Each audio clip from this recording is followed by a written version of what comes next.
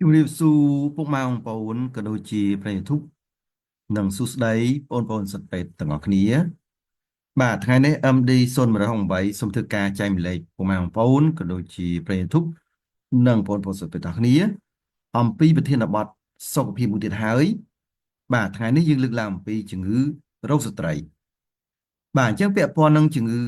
រោគស្ត្រីដែរបាទថ្ងៃនេះយើងមានប្រធានបទថ្មីមួយទៀតដើម្បីចែកម្លែកគឺយើងនិយាយអំពីអាការៈជំងឺកូនក្រៅស្បូន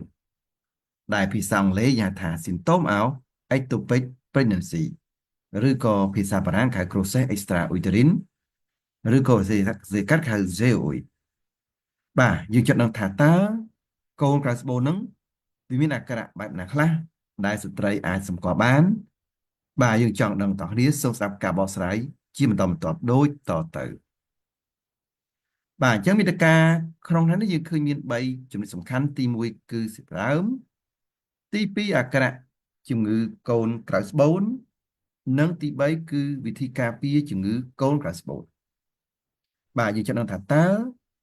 ជំងឺកូនក្រៅស្បូននឹងមានអាការៈអ្វីខ្លះ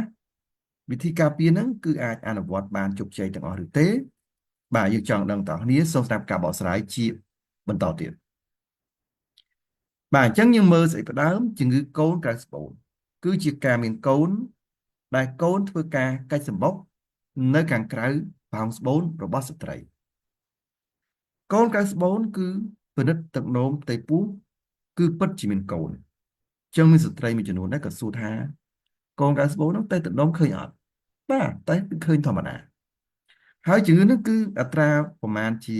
2%នៃការមានផ្ទៃពោះចឹងមានថាស្ត្រី100នាក់ដែលគាត់មានផ្ទៃពោះគឺមាន2នាក់អាចនឹងមានជំងឺកូនក្រៅស្បូនជំងឺកូនក្រៅស្បូនគឺជាជំងឺស្ត្រីក្នុងវ័យបន្តពូជបាទអញ្ចឹងមានថាកើតតែលើស្ត្រីវ័យបន្តពូជទេដែលប្រភេទជំងឺរោគស្ត្រីមួយបន្ទាន់បាទចា៎នោះគឺជាជំងឺរោគស្ត្រីបន្ទាន់ដោយសារប្រឈមនឹងការបែកហូរឈាមនៅក្នុងពោះអាចនឹងបាត់បង់ជីវិតនិងប្រឈមនឹងបញ្ហាលំបាកមានកូនទៅថ្ងៃខាងមុខចឹងវាជាជំងឺបន្ទាន់ដោយសារវាបែកហូរឈាមក្នុងពោះអាចស្ត្រីនឹងប្រឈមនឹងការបាត់បង់ជីវិតអំពីជំងឺនេះសញ្ញាដំបូងនៃជំងឺកូនក្រៅស្បូនគឺស្តៀងនឹងការមានកូនធម្មតាដែរប៉ុន្តែវាអាចមានរោគសញ្ញាបន្ថែមទៀតអំពីបញ្ហាហ្នឹងបាទហ្នឹងគឺតកតទៅនឹងជំងឺកូនក្រៅស្បូនហ្នឹងបាទអញ្ចឹងយើងមើលបន្តមកទៀតតកតទៅនឹងអាការៈជំងឺកូនក្រៅស្បូនតើកូនក្រៅស្បូនមានអាការៈអ្វីខ្លះបាទយើងចង់ដឹងតោះគ្នាសូមស្ដាប់ការបកស្រាយជាបន្តទៅទៀតបាទអញ្ចឹងយើងមើលអាការៈជំងឺកូនក្រៅស្បូន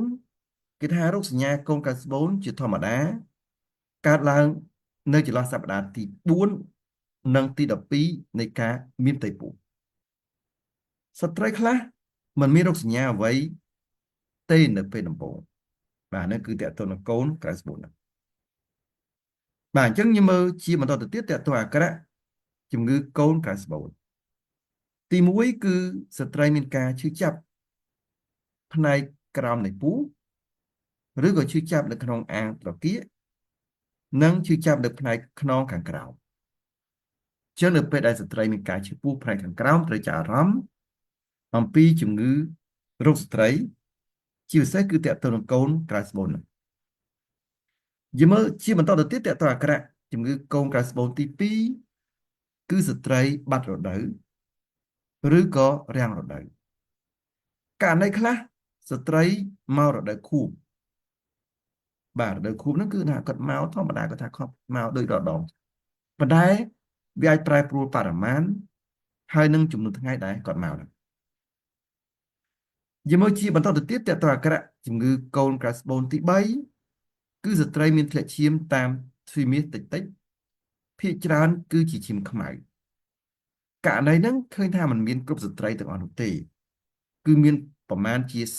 40%នៃស្ត្រីទូទៅទាំងអស់អញ្ចឹងមានថាអាការៈកូនក្រៅស្បូនហ្នឹងតើតើការធ្លាក់ឈាមហ្នឹងมันមានគ្រប់ស្ត្រីតែមានទាំងអស់នោះទេ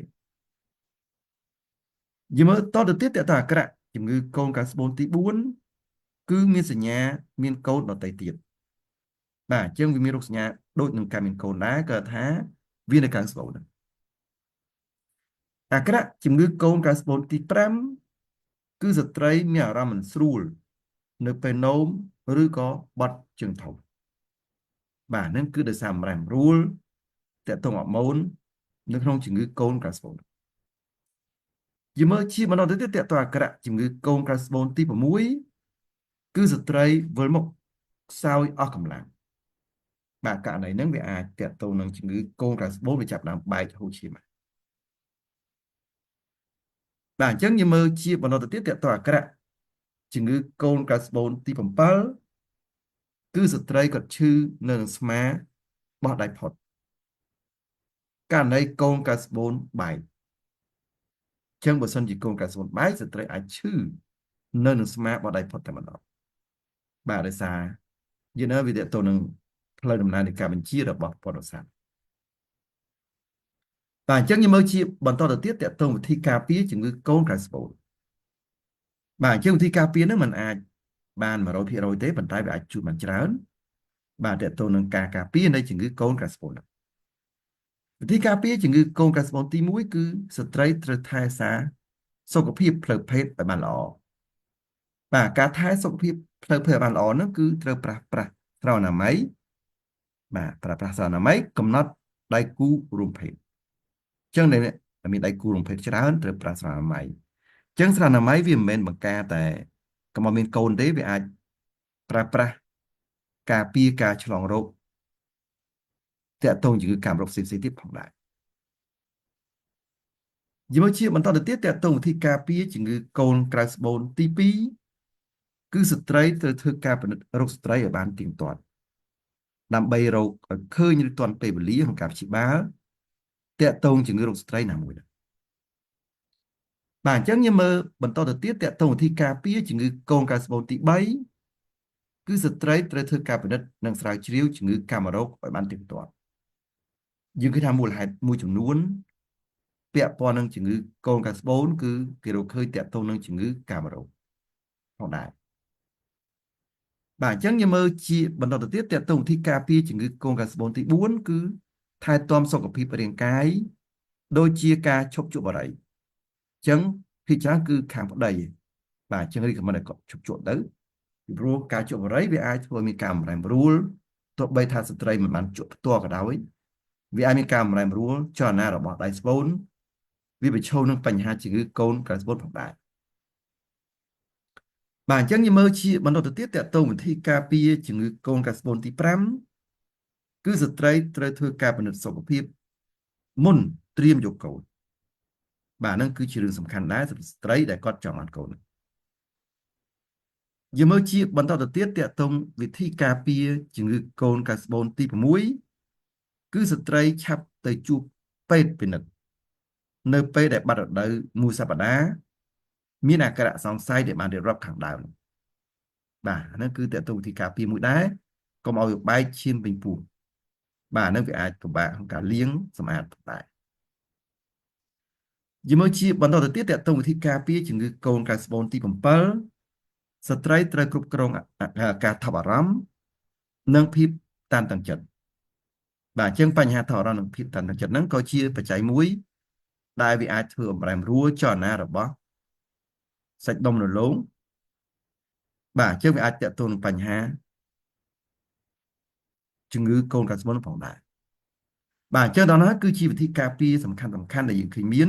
តកតងនឹងកូនកាស្បូនទោះបីថាការពារមិនបាន100%ក៏ប៉ុន្តែវាអាចជួយបានច្រើនដែរបាទអញ្ចឹងបើសិនបានស្ត្រីមានការសង្ស័យអំពីជំងឺកូនកាស្បូនយើងឃើញថាខាងប្រាសាទរាជខ្ញុំមានផ្ដល់សេវាពិនិត្យនិងព្យាបាលជំងឺកូនកាស្បូនរបស់ស្ត្រីក្នុងតម្លៃសមរម្យផងដែរបាទវាមានការព្យាបាលដោយថ្នាំនិងព្យាបាលដោយវេះចាស់ឬក៏ព្យាបាលដោយវេះបើកបាទអាចប្រឹក្សាសុខភាពតាមលេខ Telegram 3ខ្សែគឺ092 59 3350 088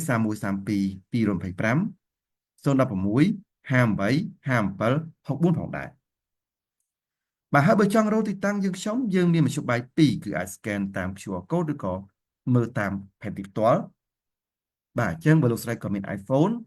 អាចចូលក្នុង App Store ស្វែងរកកម្មវិធី QR code reader ដំឡើងកម្មវិធីនឹងមកបាទកម្មវិធីហ្នឹង scan លើ QR code យើងខ្ញុំគឺ load Google Map ឃើញទីតាំងខ្ញុំឬក៏លោកស្រីមានទូរស័ព្ទផ្សេងក្រៅពី iPhone អាចចុះក្នុង Google Play ឬ Play Store ស្វែងរកកម្មវិធី Google Lens បាទដោយអក្សរស្រាប់តម្លើងកម្មវិធីនឹងមកបើកកម្មវិធីហ្នឹង scan លើ QR code យើងខ្ញុំក៏ load Google Map ឃើញទីតាំងខ្ញុំដែរឬក៏មិនទេយើងអាចមើលតាមផែនទីផ្ទាល់បាទយ៉ាចុះតាមខ្លោងទ្វារវត្តសំសល់បត់តាមវងវត្តខាងស្ដាំដៃចុះតាមផ្លូវ 16BT ត្រង់ចុងផ្លូវគឺដល់ទីតាំងខ្ញុំហើយឬក៏មិនទេអាចចុះតាមផលិតផលច្រកចូលទៅមុខហាង Pizza Complete តែម្ដងបើសិនបើពុកម៉ែបងប្អូនក៏ដូចជាប្រិយ YouTube ទាំងអស់ចង់តាមដានព័ត៌មានសុខភាពថ្មីៗដល់ថ្លៃច្រើនទៀតអាចចូលរួមជាមួយនឹង Channel Telegram យើងខ្ញុំគឺ MD Khoksun Official បាទធ្វើការ scan QR code ទៅដើម្បីចូលទៅក្នុង Channel យើងខ្ញុំបាទចុច Subscribe ឬក៏ Join ដើម្បីតាមដានព័ត៌មានសុខភាពថ្មីៗដល់ថ្លៃច្រើនទៀតផងដែរបើសិនបើពុកម៉ែបងប្អូនក៏ដូចជាប្រិយមិត្តទាំងអស់ចង់ទទួលបាននូវវីដេអូអមរំសុខភាពថ្មីៗបន្ថែមទៀតទាក់ទងនឹងជំងឺរោគស្ត្រីបាទទាក់ទងនឹងបញ្ហាអឺជំងឺរោគស្ត្រីផ្សេងៗក៏ដូចជាទាក់ទងនឹងសញ្ញានៃការមានកូនឬក៏ការមានកូនខុសធម្មតាបាទតាក់ទងជំងឺដោះឬក៏ជំងឺស្ដន់ផ្សេងៗបាទតាក់ទងជំងឺរោគស្ត្រីការវះចាស់ឬក៏ជំងឺម៉ារីរោគស្ត្រីបាទយើងអាចចូលទៅក្នុង YouTube Channel វាយពាក្យ MD 018បាទដោយអក្សរស្រាប់ចុច search ស្វែងទៅពេលហ្នឹងឃើញ logo របស់យើងខ្ញុំហើយចូលក្នុង Channel ចុចពាក្យ Subscribe និងរូបកណ្ដឹងបាទចុចពាក្យ Subscribe និងរូបកណ្ដឹងគឺសម្រាប់អ្នកថ្មីៗដែលមិនទាន់បាន Subscribe អញ្ចឹងនៅពេលដែលយើងផុសវីដេអូលើកក្រោយនឹងឃើញក្នុងបណ្ដាញ YouTube ជាបន្តបាទចូលរួម Subscribe អ្នកមួយដើម្បីលើកទឹកចិត្តក្នុងការធ្វើវីដេអូជាបន្តទៀតបាទសូមអរគុណ